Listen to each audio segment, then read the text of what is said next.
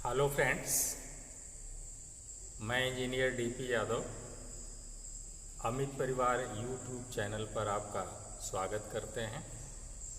आप लोगों की विशेष मांग पर, डिमांड पर आज मैं मैकेनिकल इंजीनियरिंग भी पढ़ाने जा रहा हूं। कई लोगों ने फ़ोन करके व्यक्तिगत रूप से अपील किया, अनुरोध किया कि सर इलेक्ट्रिकल टेक्नोलॉजी पर आप वीडियो डाल रहे हैं, मैकेनिकल इंजीनियरिंग पर भी वीडियो डालिए। तो आज मैं मैकेनिकल इंजीनियरिंग शुरू करने जा रहा हूं, जिसमें बेसिक हम लोग मेटल से चलेंगे, धातुओं से चलेंगे, फिर उसके बाद सारे हैंड टूल्स चलेंगे, फिर हैंड टूल्स के बाद सारी मशीन्स वगैरह चलेंगी, और फिर विभिन्न ऑपरेशंस वगैरह जितने भी मैकेनिकल इंजीनियरिंग में वेल्डिंग है, लेथ मशीन है, ड्रिल मशीन है, ये सारी चीज़ें आपकी कवर की जाएंगी। गियर है, पुली है, बेल्ट ड्राइव है, ये सारे सिलेबस मैं कवर करूँगा एक एक करके। और जैसा आप लोग ऑलरेडी विदित हैं कि यदि आप ध्यान से सुनेंगे और ध्यान से पढ़ेंगे तो आप मैकेनिकल इंजीनियरिंग के भी दीवाना बन जाएंगे। चलिए हम शुरू करते हैं मैकेनिकल इंजीनियरिंग।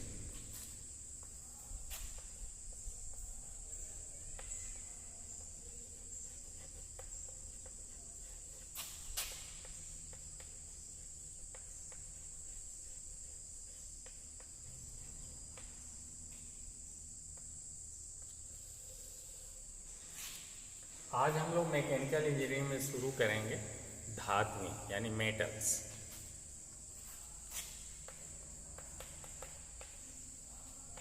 स्टार्टिंग यहीं से है, धातु।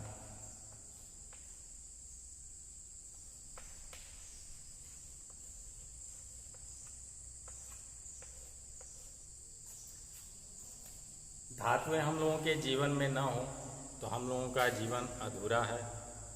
जितने भी हमारे भवन हैं, मकान हैं, ट्रेन हैं, हवाई जहाज़ हैं, बस हैं, गाड़ी है, मोटरसाइकिल है, इवन सारी चीज़ें, जितने भी दवाएं हैं, सबको बनाने के लिए मशीनें लगी हुई हैं, और वो हम लोगों के जीवन को आसान बनाती हैं। हमारा जीवन बहुत इजी गोइंग हो जाता है। तो मेटल्स हम सभी के लिए बहुत अनिवार्य है, धातुएं बहुत अनिवार्य है। यहीं से हम लोग स्टार्ट करते हैं। ये समझ लीजिए कि आपका मैकेनिकल इंजीनियरिंग का हम बेस से शुरू कर रहे हैं। तो धातुएं देखते हैं हम लोग। धातुएं आप लोग ऑलरेडी अपने जीवन में धातुएं देख रहे हैं। सोना है, चांदी है, तांबा है, एल्युमिनियम है, लोहा है, ये सभी धातुएं हैं। इनका हम लोग जो है प्रयोग करते हैं अपने जीवन में। तो धातुओं का पहले हम लोग वर्गीकरण देखते हैं।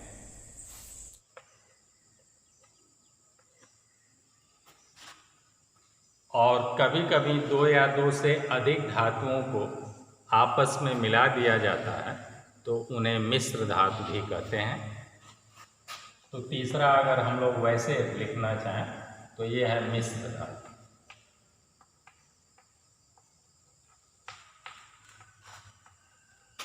इंग्लिश में कहेंगे एलॉय।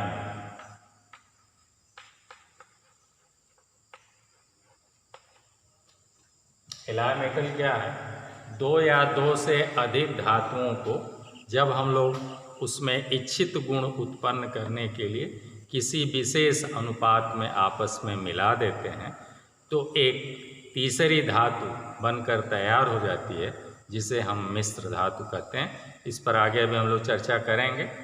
हम लोग आते हैं, सबसे पहले लौह धातुओं को हम लोग पढ़ेंगे, आज देखेंगे।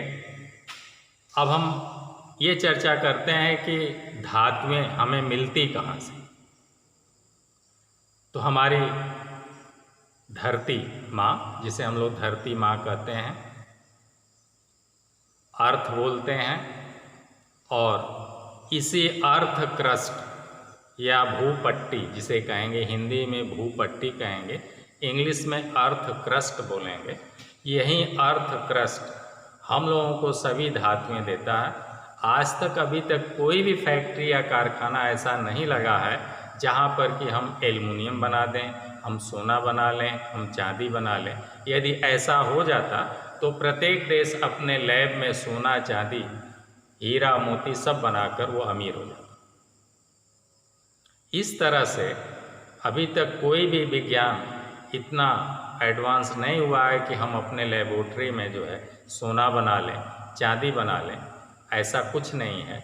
इसलिए ये सारी चीज़ें हम लोगों को धरती देती है, इसलिए उसे हम लोग धरती माँ कहते हैं। क्यों कहते हैं इसका आप देख सकते हैं कि हमारा शरीर 5 तत्वों से मिलकर बना हुआ है, तो उसमें एक वायु है, उसे भी ये धरती माँ ही देती हैं। अपने गुरुत्व के कारण वायुमंडल को अपनी ओर खींचे हुए हैं, अन्यथा ये वायु ऊपर उड़ जाती है और हम लोगों को ऑक्सीजन नहीं मिलती, तो हम लोगों का जीवन नहीं होता। इसलिए मानव जीवन या अन्य प्राणी जीवन जो है वह इस धरती माँ की वजह से है। इन्होंने पूरे वायुमंडल को अपनी तरफ खींच रखा है, जिसकी वजह से हमें आसानी से ऑक्सीजन मिल रही है। यही जो है हमें पानी भी देती है। बिना पानी के हम लोग चल नहीं सकते हैं, जल के बिना चल नहीं सकते हैं। यही हमें जल देती हैं, यही हमें पेट्रोलियम देती हैं, यही हमें कोयला देती हैं, यही हमें सोना देती हैं, यही हमें हीरा देती हैं, यही हमें विभिन्न प्रकार के मार्बल्स जो आप देख रहे हैं, पत्थर हैं, ग्रेनाइट है, ये सब हमको ये धरती माँ देती हैं। इसके अलावा ये हमें फल दे रही हैं, विभिन्न प्रकार के फल, सेब, संतरा, अंगूर, नाशपाती, विभिन्न प्रकार की सब्जियां दे रही हैं, विभिन्न प्रकार के रसायन दे रही हैं, विभिन्न प्रकार की आयुर्वेदिक औषधियां दे रही हैं। यही हम लोगों को दाल, चावल, रोटी सब चीज़ मुहैया ये धरती माँ करा रही हैं। इसलिए हम लोग एक माँ के गोद से निकलकर इस धरती माँ की गोद में आते हैं और फिर इन्हीं पर हम लोग दौड़ते हैं, खेलते हैं, कूदते हैं और इन्हीं पर हम हवाई जहाज़ उड़ाते हैं, इन्हीं पर ट्रेन चलाते हैं, इसी पर मोटरसाइकिल दौड़ाते हैं, अपने रहने के लिए मकान बनाते हैं। सारे पेड़, सारे पर्वत, सारे जो है सागर, महासागर और सारा विश्व इसी धरती माँ पर बसा हुआ है। इसलिए इस धरती माँ को नमन है। यही धरती माँ हम लोगों को ये मेटल अथवा धातुएं देती हैं, चाहे वो सोना दे रही हैं, चाहे तांबा लेना हो, चाहे लोहा ही क्यों नहीं लेना हो, ये हमें धरती माँ ही देती है। तो हमारा जो अर्थ क्रस्ट है यानी भूपट्टी जिसे कहेंगे, यही स्रोत है। तो पहली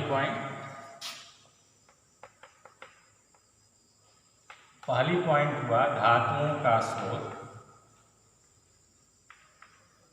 धातुओं का स्रोत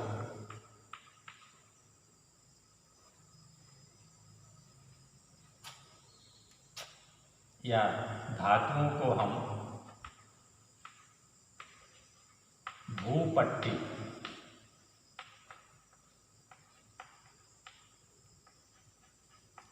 अर्थ क्रस्ट, भूपट्टी अथवा अर्थ क्रस्ट से प्राप्त करें।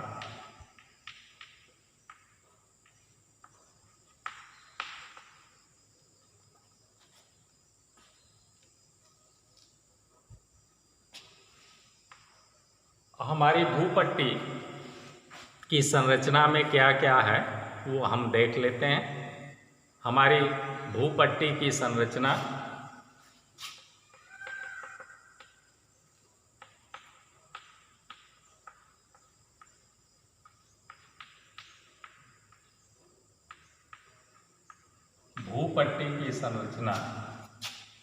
में प्रतिशत भार के अनुसार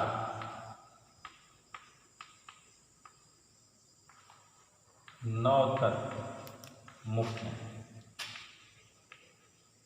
9 तत्व मुख्य हैं। एक देख लें, जैसे हम तत्व इधर लिख देते हैं और इधर प्रतिशत भार लिख देते हैं भूपट्टी में। सर्वाधिक मात्रा में तत्व ऑक्सीजन है, ऑक्सीजन 49%। भूपट्टी में सबसे अधिक ऑक्सीजन है। दूसरे नंबर पर सिलिकॉन है, SI, ये 26% है। तीसरे नंबर पर एल्युमिनियम है, यह 7.5%। और फिर एल्युमिनियम के बाद Fe का नंबर आता है, लोहे, इसका नंबर आता है Fe है 4.2%, 4 पॉइंट। फिर उसके बाद कैल्शियम का नंबर आता है, कैल्शियम है 3.2%। फिर सोडियम का नंबर आता है, यह है 2.4%। फिर पोटेशियम 2.3%। फिर मैग्नीशियम 2.3%। फिर हाइड्रोजन 1%। ऐसे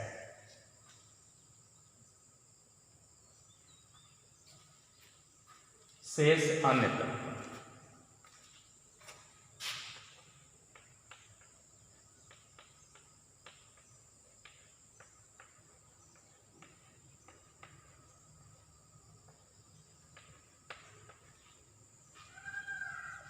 तो बहुत इम्पोर्टेंट है और अक्सर इस पर क्वेश्चन हम लोगों से पूछा जाता है। अक्सर क्वेश्चन पूछता है, बहुत इम्पोर्टेंट है। और ये आपके कंपटीशन में, RRB में यानी रेलवे रिक्रूटमेंट बोर्ड में कई बार ये प्रश्न पूछा गया है कि भूपरपट्टी में या भूपट्टी में सर्वाधिक पाया जाता है। तो सर्वाधिक तत्व यदि पूछेगा तो सर्वाधिक तत्व ऑक्सीजन का, यदि तत्व की बात करेगा तो सर्वाधिक तत्व ऑक्सीजन पाया जाता है। उसके बाद अगर पूछता है कि दूसरे नंबर पर क्या पाया जाता है तो आप कहेंगे सिलिकॉन पाया जाता है 26%। लेकिन अगर धातु की बात करें, एल्युमिनियम हमारी धातु, ये तत्व हैं, ये सब तत्व की बात हो रही थी। यदि धातु की बात करें, ये कई बार प्रश्न पूछा गया है कि भूपट्टी में सर्वाधिक कौन सी धातु पाई जाती है, तो सर्वाधिक धातु एल्युमिनियम पाई जाती है और वो है 7.5% यानी 7.5%। उसके बाद Fe का नंबर आता है। तो ये क्रम याद कर लें, बहुत इम्पॉर्टेंट है। कम से कम 1 लाख बार क्वेश्चन इससे पुटअप किया जा चुका है। तो इसकी इम्पोर्टेंस को आप समझिए और उसे नोट करिए। आगे हम लोग चलते हैं लौह धातुओं के बारे में। हम लोग पढ़ेंगे कि लौह धातुएं क्या हैं। तो धातुओं को ज्ञान हम लोगों को जब से है तब से हम लोग धातुओं का सिर्फ केवल निष्कर्षण करते हैं। इनके जो है यौगिक अथवा मिनरल्स हमें प्राप्त होते हैं, वो हमें धरती माँ ही देती हैं। इन धरती माँ की हम लोग खुदाई करते हैं तो जैसे हम लोगों को कहीं पानी मिलता है, सऊदीया में केवल पेट्रोलियम मिलता है, वहाँ पानी नहीं मिलता है। कहीं हम लोगों को कोयला मिलता है तो हम लोग कहते हैं कोयले की खान है। कहीं हम लोगों को सोना मिलता है कोलार की खानों में, अन्य जगह वहाँ पर हॉस्पेट वगैरह में जो है लोहा मिलता है, कर्नाटका वगैरह में। इस टाइप से हर जगह, तो जगह जगह जो है कहीं कोयले की खानें हैं, कहीं अब्रक मिल रहा है, कहीं जो है सोना मिल रहा है, कहीं लोहा मिल रहा है, कहीं एल्युमिनियम मिल रहा है। ये सब हम लोगों को धरती माँ ही देती हैं। तो हम लोग उन यौगिकों से, उन जो है मिनरल से हम लोग ले आकर और फिर धातुओं का निष्कर्षण करते हैं, जिसे हम लोग मेटलर्जी बोलते हैं। इसको मिटा देते हैं।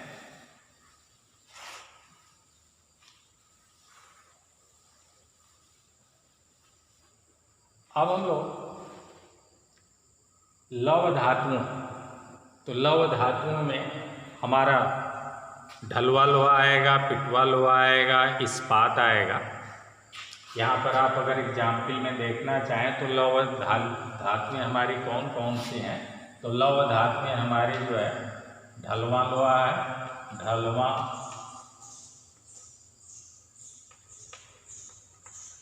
लोहा, पिटवा लोहा,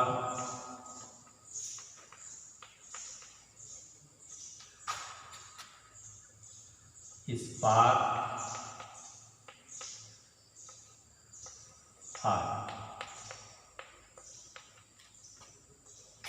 अलव धातुओं में हमारा अगर एग्जाम्पल आप देखें तो अलव धातुएं हमारी जो है वो सोना है,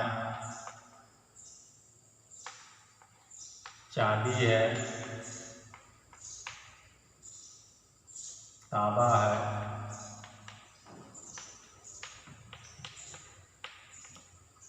और यदि मिश्र धातुओं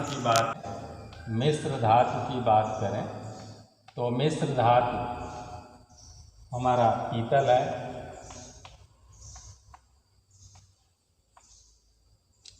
सोल्डर है,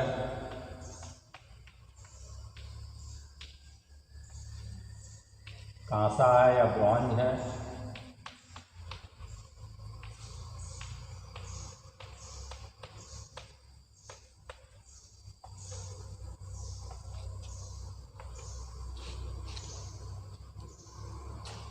तो ये धातुओं को हम लोग प्राप्त करने के लिए पहले हम लोग मिनरल प्राप्त करते हैं या यौगिक प्राप्त करते हैं। धातुओं को प्राप्त करने के लिए जहाँ पर भी जिस धातु की खानें हमारी हैं उन खानों में हम लोग खुदाई करते हैं और वहाँ से हम लोग मिनरल्स प्राप्त करते हैं, यौगिक प्राप्त करते हैं।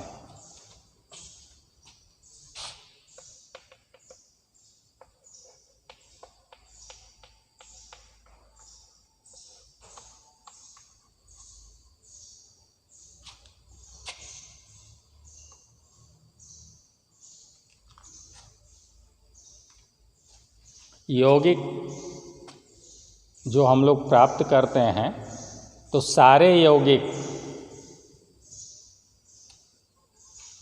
होंगे, सोने के अलग होंगे, एल्युमिनियम के अलग होंगे, लोहे के अलग होंगे, लेकिन इन यौगिकों में जिनसे हम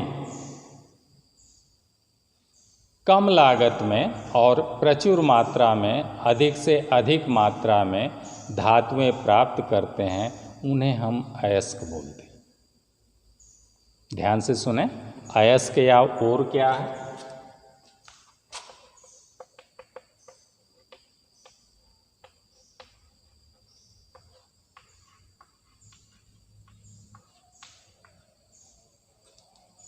वे यौगिक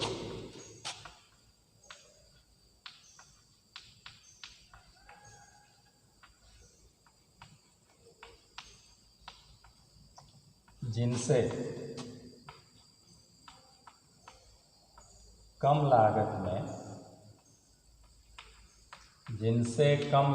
में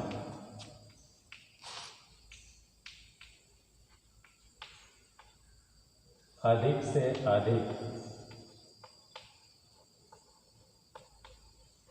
धातुएं प्राप्त होती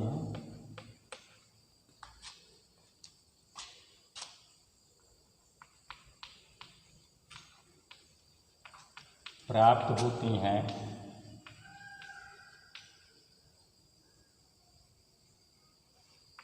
उन्हें अयस्क कहते हैं।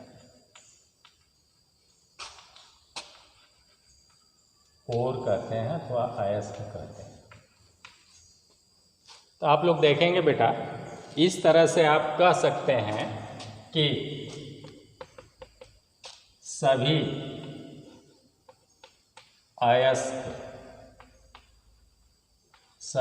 अयस्क यौगिक हैं,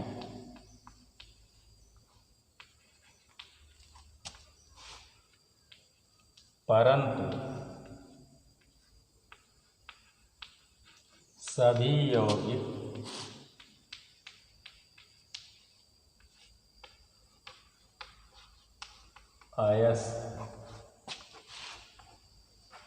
नहीं होते।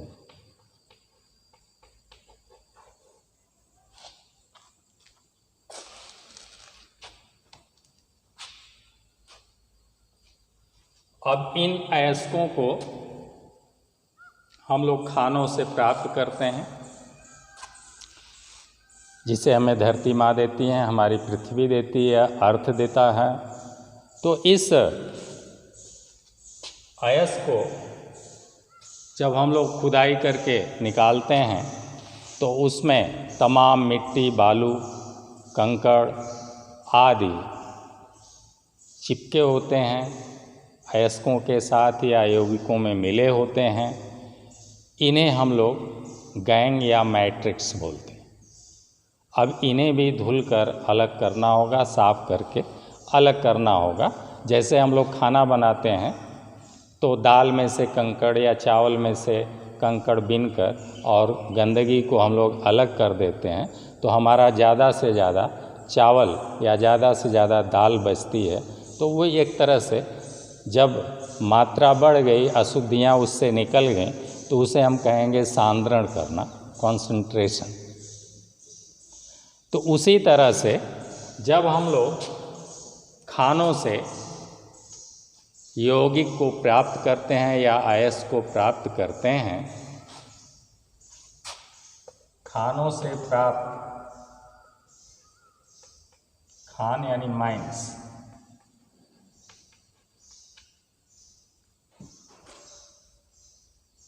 खान माइंस से प्राप्त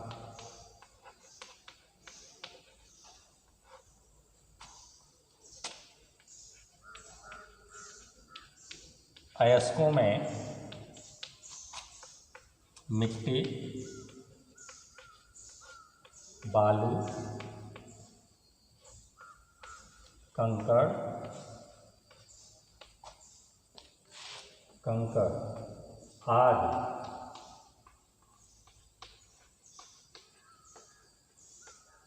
आदि चिपके होते हैं, जिन्हें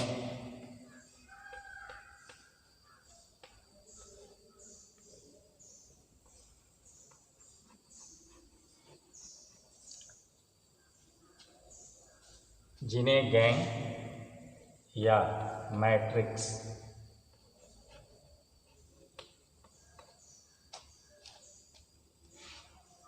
कहते हैं।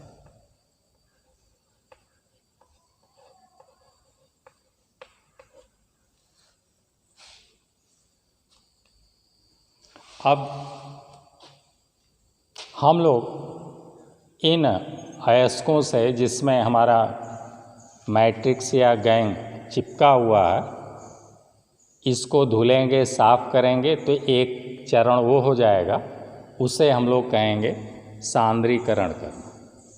जब धुलेंगे, साफ करेंगे, तो वो थोड़ा नमी भी, पानी भी सोख लेगा, तब उसका हम लोग निस्तापन करेंगे, तो चरण 2 हो जाएगा, निस्तापन। फिर उसके बाद जब पानी उसका सुखा लेंगे निस्तापन करके, तो उसके बाद सल्फ़र जैसी अन्य अशुद्धियों को निकालने के लिए उसका भर्जन करेंगे, जिसे कहेंगे रोस्टिंग। वो चरण 3 होगा, यानी तीसरे नंबर की क्रिया होगी। फिर चौथे नंबर पर भर्जित अयस्क को भट्ठी में डालकर प्रगलन कराएंगे, स्मेल्टिंग कराएंगे, और फिर ये जब चौथे नंबर की क्रिया हो जाएगी तो हमें जो है धातु प्राप्त हो जाएगी, और फिर उस धातु का प्योरिफिकेशन या शुद्धिकरण करेंगे, और फिर तब वो मार्केट में बिकने आ जाएगी। तो इस तरह से अब हम लोग पढ़ेंगे एक तरह से मेटलर्जी यानी धातु कर्म।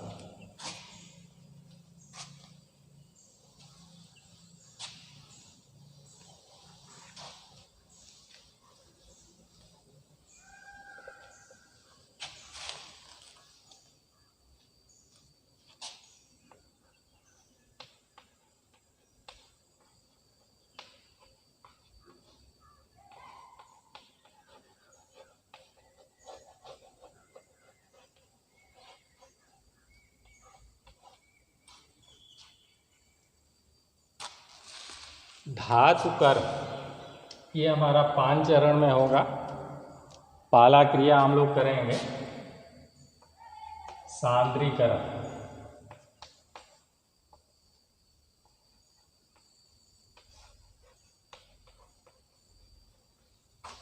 कंसंट्रेशन।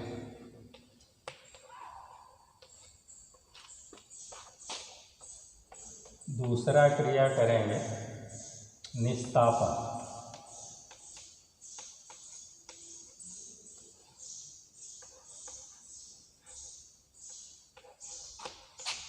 कैल्सिनेशन।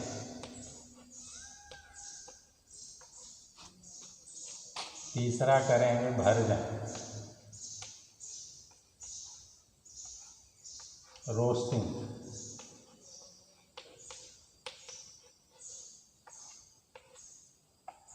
चौथा करेंगे प्रगलन,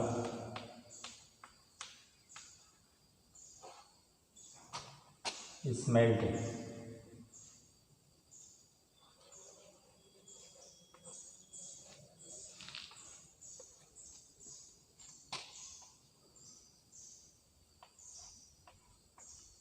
प्रगलन के बाद धातु मिल जाएगी, फिर उसका प्यूरिफिकेशन।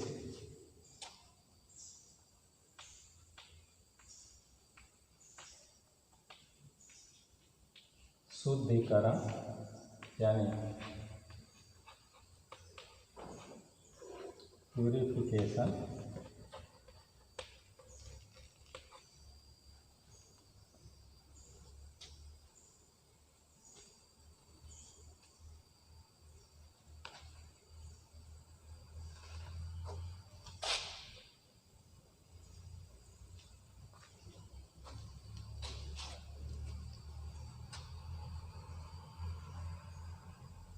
धातु कर्म में ये 5 चरण अपनाए जाते हैं। ये 5 चरण।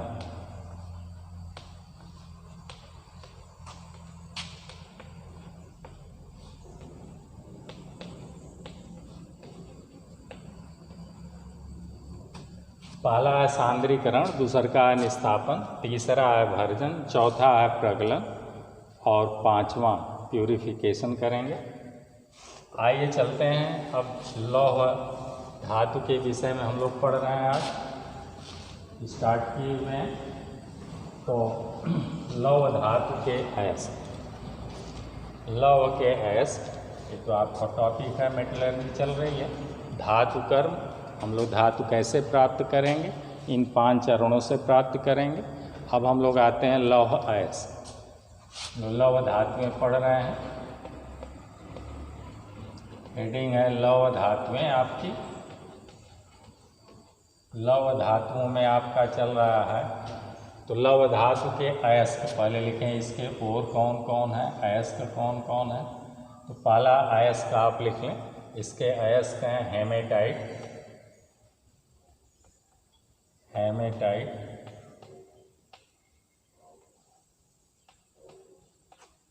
इसका सूत्र है Fe2O3। फिर दूसरा है मैग्नेटाइट, मैग्नेटाइट, इसका सूत्र है Fe3O4।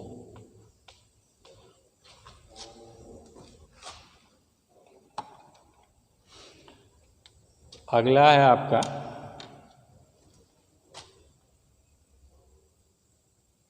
Limonite,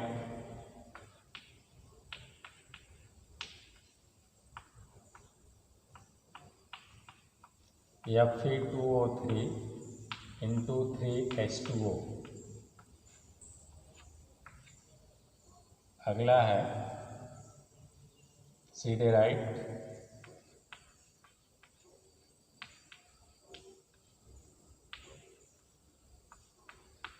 FeCO3। अगला है आयरन पायराइट,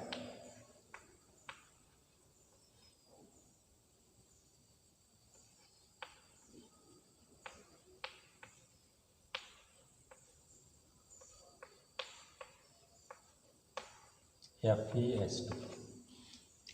मेन जो 5 अयस्क हैं लोहे के, आयरन के, वो आपको लिखवाए गए। ये चारों अयस्कों को, 5 अयस्कों को आप याद कर लें, बहुत ही इम्पोर्टेंट है ये प्रश्न। अमूमन इससे एक क्वेश्चन ज़रूर आता है कि हेमेटाइट या मैग्नेटाइट या लिमोनाइट किसका अयस्क है,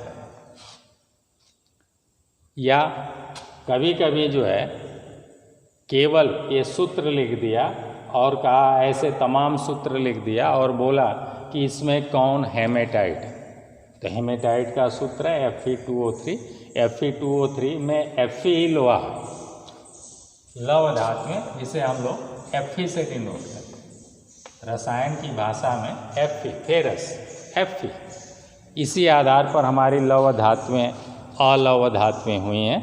Fe यानी जिसमें लोहे की मात्रा हो, Fe की मात्रा हो, उन्हें हम लोग लौह धातुएं कहते हैं। आइए, अब ये अयस्क हैं। अब इन अयस्कों को हम लोग खानों से प्राप्त करेंगे और फिर खानों में मैट्रिक्स अथवा गैंग जो आपने लिखा वो लगे होंगे, उन्हें हम लोग धुलकर साफ करके अलग करेंगे तो उसे कहेंगे सांद्रीकरण। तो अब इन अयस्कों में मोस्टली हम लोग ज़्यादा यूज करते हैं इन्हीं दोनों का, हेमेटाइट और मैग्नेटाइट का इंडिया में ज़्यादा उपयोग होता है। और इसमें नियर अबाउट 60 से 65% तक लोहा होता है, 60 से 65% Fe होता है। इन अयस्कों में अब हम लोग जो है पहला चरण अपनाते हैं सांद्रीकरण। तो पहला हमारा आ जाएगा सांद्रीकरण, हेडिंग डाल लेते हैं सांद्रीकरण। सांद्रीकरण में क्या करेंगे, जितना भी इस हेमेटाइट या मैग्नेटाइट में हमारे गैंग अथवा मैट्रिक्स, जिसे आपने लिखा कि मिट्टी, बालू व कंकड़ आदि चिपके रहते हैं, इन्हें ही हम मैट्रिक्स अथवा गैंग या अधात्री बोलते हैं।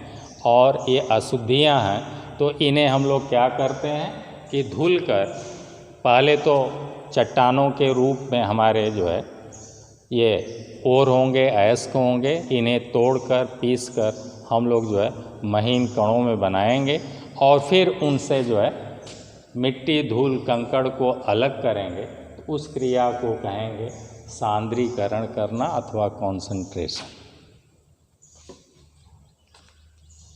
इसको कहिए तो मैं लिख दूं, सांद्रीकरण किसे कहेंगे।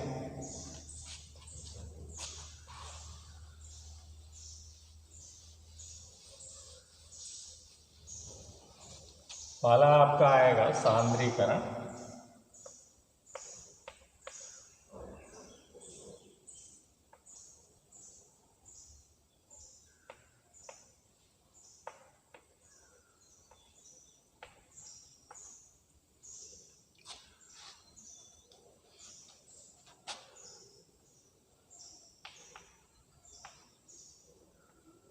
खान से प्राप्त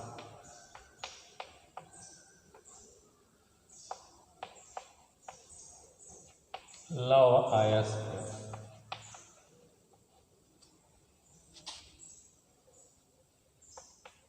हेमेटाइट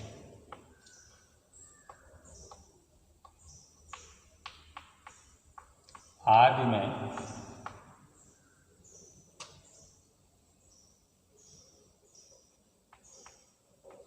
धूल, मिट्टी, कंकड़, कोष्ठ में गैंग जिसे बोलते हैं, गैंग को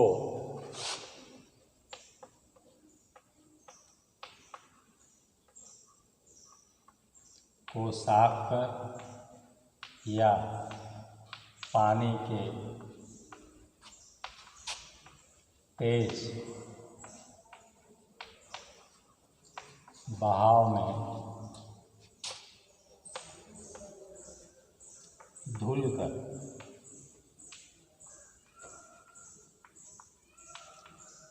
अलग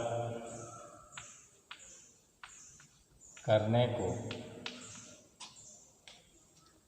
सांद्रीकरण करते हैं।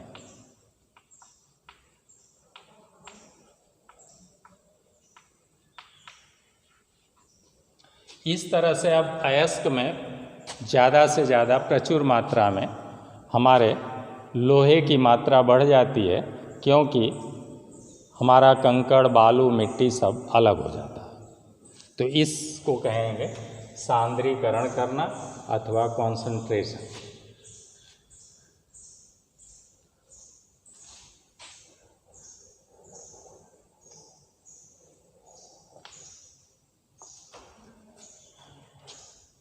अब सांद्रीकरण के बाद अगला, अगर हमारा सांद्रीकरण एक मेटेलिक तेज पानी में भी धुल कर करेंगे और दूसर का मेटेलिक व्हील से भी कर सकते हैं। और ये मेटेलिक व्हील जो होगी वो जो है मैग्नेटिक, ये हमारी जो मेटेलिक व्हील होगी ये जो है मैग्नेटिक व्हील होगी। इस पर हम लोग एक पट्टा ऐसे चलाते हैं और इस पट्टे से जो है ऐसे, ये पट्टा इस पर ऐसे चलाते हैं तो इस पट्टे पर हम लोग जो है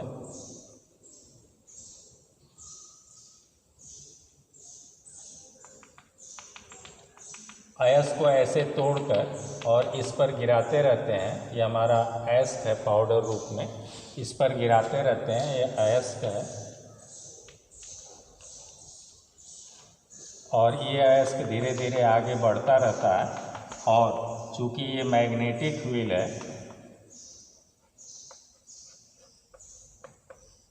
मैग्नेटिक रोलर है,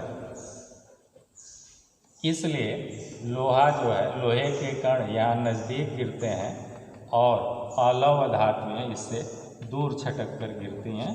तो ये जो है हम लौह धातुएं इधर गिरेंगी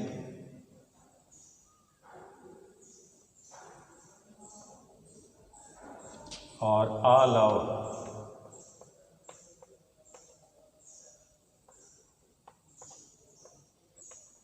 या अशुद्ध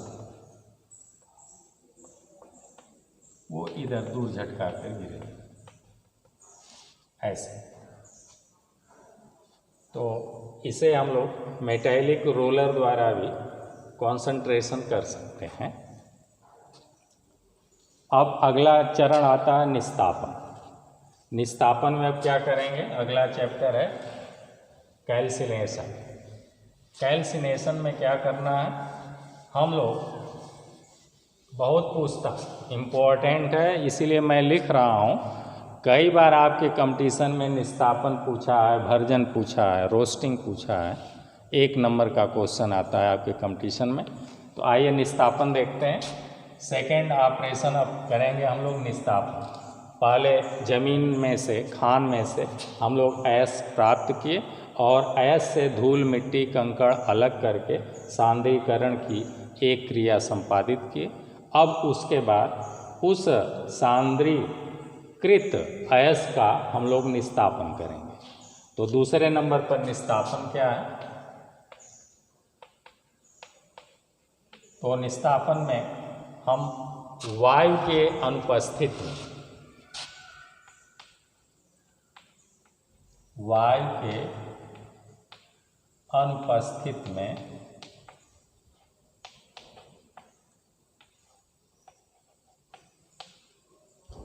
मेल्टिंग पॉइंट से नीचे,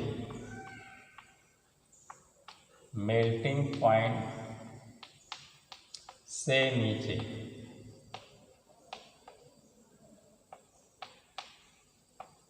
गर्म करने को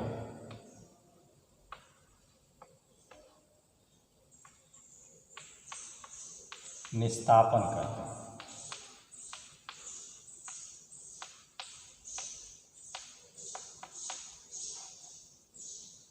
ऐसा करने से क्या होती है रासायनिक क्रिया निस्तापन में, तो आप देखेंगे Fe2O3 × 3H2O, इसको जब हम लोग वायु के अनुपस्थित में गर्म करते हैं तो ये बन जाता है Fe2O3 + 3H2O। ये भाप बनकर उड़ जाता है, जल हमारा निकल जाता है।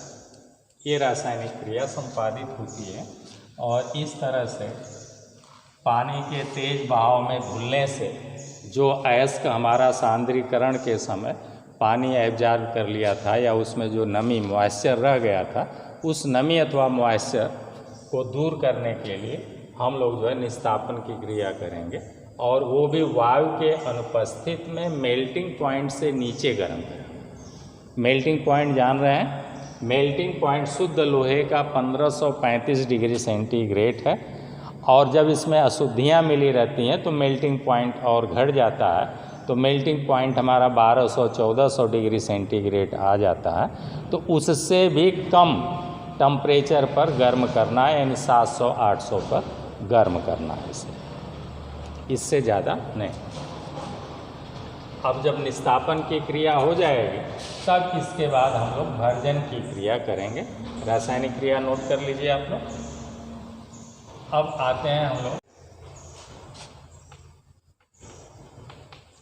निस्तापित अयस्क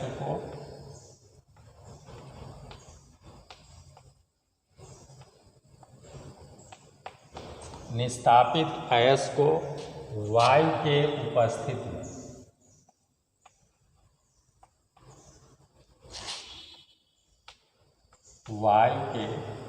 उपस्थिति में मेल्टिंग पॉइंट से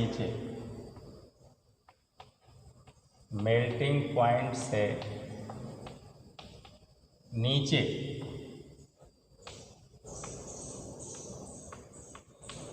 गर्म करने की क्रिया,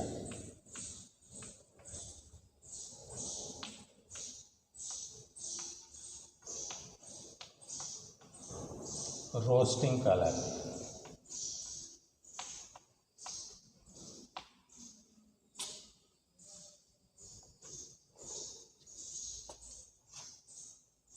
रोस्टिंग कहलाती है।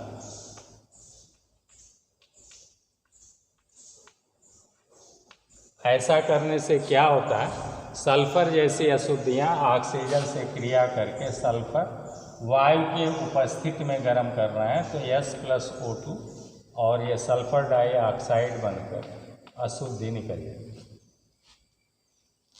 ध्यान दें, निस्तापन के बाद हम लोग भर्जन की क्रिया करते हैं, और भर्जन में क्या करते हैं कि निस्तापित अयस्क को, जो अभी यहाँ निस्तापन कर चुके हैं, अब उस अयस्क को भर्जित करेंगे, भर्जन करेंगे। तो निस्तापित अयस्क को वायु के उपस्थिति में मेल्टिंग पॉइंट से नीचे गर्म करने की क्रिया को रोस्टिंग कहते हैं। और ऐसा करने से क्या लाभ होता है, तो सल्फर जैसी अशुद्धि, ये हमारी सल्फर क्या है, अशुद्धि, ये सल्फर हमारी जो है अशुद्धि है, जो कि आपके अयस्क में मिली, तो ये सल्फर जैसी अशुद्धि वायु से यानी ऑक्सीजन से क्रिया करके सल्फर डाइऑक्साइड बनकर उड़ जाता है, और इस तरह से हमारी सल्फर जैसी अशुद्धि भी अयस्क से बाहर निकल जाता है। अब इसके बाद प्रगलन यानी स्मेल्टिंग प्रोसेस आएगा। इसमें हम लोग भर्जित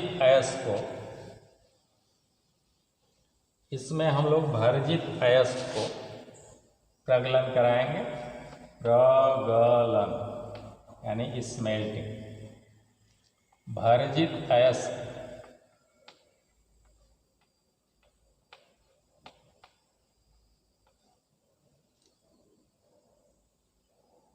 लौह भर्जित अयस्क को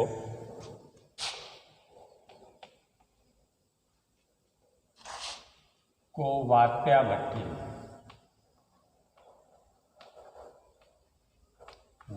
भट्टी जिसे ब्लास्ट फर्नेस कहते हैं,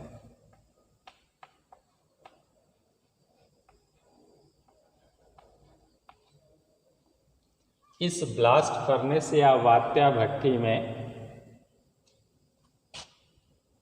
लाइमस्टोन,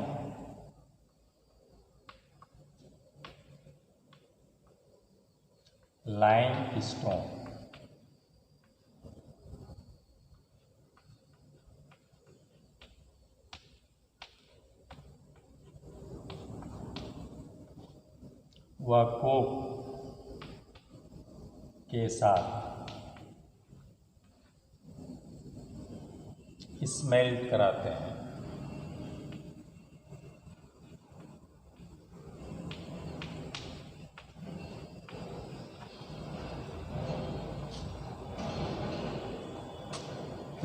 बहुत ही इम्पोर्टेंट है ये प्रश्न, 1 लाख बार पूछा गया है कि स्मेल्टिंग या प्रगलन के दौरान, स्मेल्टिंग या प्रगलन के दौरान क्या होता है, वात्या भट्ठी में क्या होता है। तो प्रगलन के दौरान अपचयन,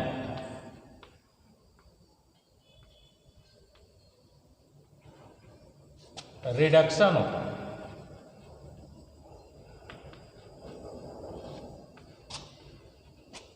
अपचयन की क्रिया होती है, नोट करें, बहुत इंपॉर्टेंट है, 1 लाख बार पूछा गया है। अपचयन की क्रिया होती है और लोहा यानी Fe प्राप्त होता है।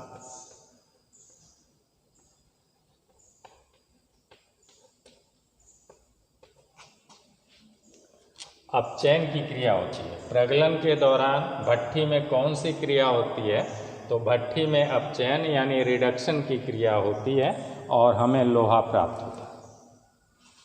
रासायनिक क्रिया देखना चाहें तो प्रगलन के दौरान क्या होता है, रासायनिक क्रिया आप देखना चाहें देख लें। Fe2O3 + 3CO, कोक से कार्बन मोनोऑक्साइड, ये है कार्बन मोनोऑक्साइड, नोट करें, ये है कार्बन मोनोऑक्साइड और ये आपका भर्जित अयस्क है। जब हम लोग कोक के साथ डालते हैं और कोक को जब जलाते हैं तो हमारा कोक से जो है कार्बन डाइऑक्साइड भी निकलता है और कार्बन मोनोऑक्साइड निकलता है। तो ये है कार्बन मोनोऑक्साइड, ये है कार्बन मोनोऑक्साइड और ये आपका हेमेटाइट अयस्क है, भर्जित अयस्क। अब ये रासायनिक क्रिया होती है तो ये 2Fe अलग हो जाता है, यही लोहा हो गया, और प्लस 3CO2।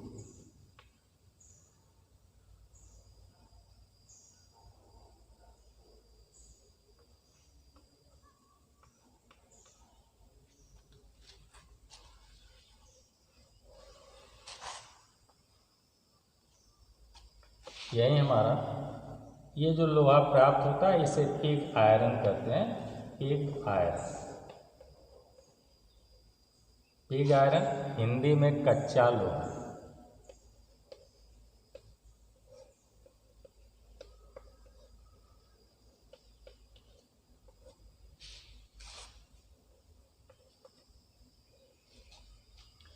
तो आप लोगों ने देखा इस तरह से ये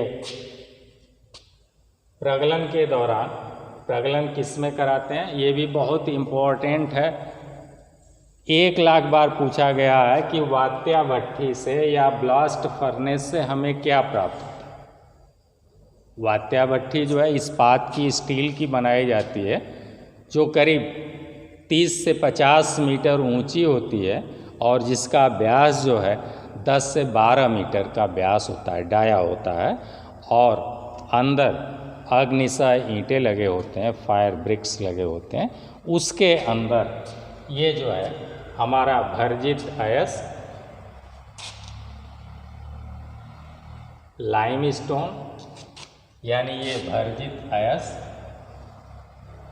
लाइमस्टोन और कोक, इन तीनों को डालकर और उसमें आग लगा दी जाती है, फायरिंग करा दी जाती है, जिससे कोक जो है वो ऊष्मा उत्पन्न करता है और उसमें से कोक के जलने पर carbon monoxide CO, carbon monoxide, यही जो है अपचयन की क्रिया करता है। यानी हमारे लौह अयस्क का भट्ठी के अंदर, ब्लास्ट फर्नेस के अंदर, वात्या भट्ठी के अंदर अपचयन की क्रिया हो जाती है और फलस्वरूप हमें लोहा प्राप्त होता है।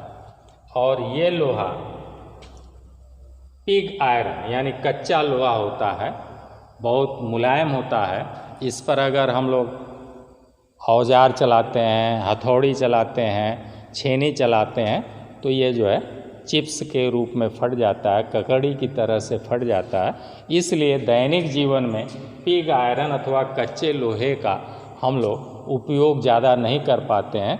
बहुत है तो कच्चे लोहे का उपयोग हम लोग इलेक्ट्रोमैग्नेट बनाने में या धातु की क्रोड बनाने में, मेटल क्रोड बनाने में, मशीनों के क्रोड या ट्रांसफार्मर के जो क्रोड बनाए जाते हैं वो क्रोड बनाने में अथवा वैद्युत चुंबक बनाने में इसका हम लोग प्रयोग कच्चे लोहे का अथवा पिग आयरन का करते हैं। अब इसी लोहे से हम लोग अन्य लोहे की किस्में तैयार करेंगे। वैज्ञानिकों ने इसका नाम पिग आयरन, पिग माने आप लोग जानते हैं कि सुअर होता है, पिग माने सुअर। तो वैज्ञानिकों ने हमारा इसका जो संरचना है, जिस समय ये भट्ठी से निकलता है, भट्ठी हमारी इस टाइप की होती है, बड़ी सी भट्ठी ऐसे होती है बड़ी सी, और फिर जो है ऐसे और ऐसे होती है, और यहाँ पर एक गेट लगा होता है, ऐसे एक गेट यहाँ पर लगा होता है। तो इस गेट से जो लोहा निकलता है हम लोगों का, वो लोहा जो है लाल तप्त रेडिश होता है और कुछ ऐसा टेढ़ा मेढ़ा होकर निकलता है कि उसका कलर भी रेडिश और टेढ़ा मेढ़ा होकर निकलता है। इसलिए उसका देखने में आकार भी जो है सूअर के मुंह या सूअर के थुथुन जैसा लगता है। इसलिए वैज्ञानिकों ने उसका नाम पिग आयरन रखा, हिंदी में उसे कच्चा लोहा कहते हैं। अब हम लोग इसी कच्चे लोहे से अन्य लोहे की किस्में तैयार करेंगे। तो फर्स्ट ऑफ ऑल इस कच्चे लोहे से हम लोग अब बनाएंगे ढलवा लोहा।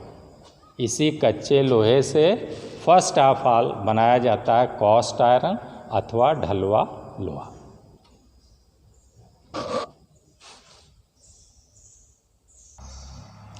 तो इस प्रकार फ्रेंड्स आप लोगों ने देखा कि हम लोग लोहा कैसे प्राप्त किए। बहुत इम्पॉर्टेंट है, ये भी पूछता है कि ब्लास्ट फर्नेस से हमें क्या प्राप्त होता है, तो हमें कच्चा लोहा या पिग आयरन प्राप्त होता है।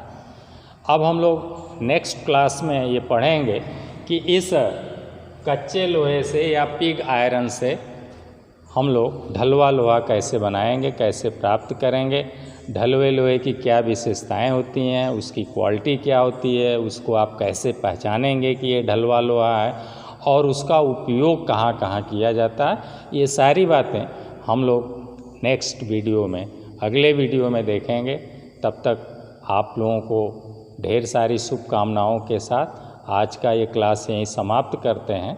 और एक बात और बता दूं आप लोगों को कि आप लोगों की बेहद डिमांड पर ये क्लास हमने आज शुरू किया है, और इससे पहले के वीडियो को आप लोग जो है बहुत ज़्यादा शेयर और लाइक कर रहे हैं, बहुत ज़्यादा हौसला अफजाई कर रहे हैं। इसी प्रकार वीडियो को आप लोग लाइक और शेयर करते रहिए, हौसला अफजाई करते रहिए। आप लोग अपने लक्ष्य को प्राप्त करिए, हमारे साथ जुड़े रहिए और जीवन को सुखमय बनाइए। धन्यवाद।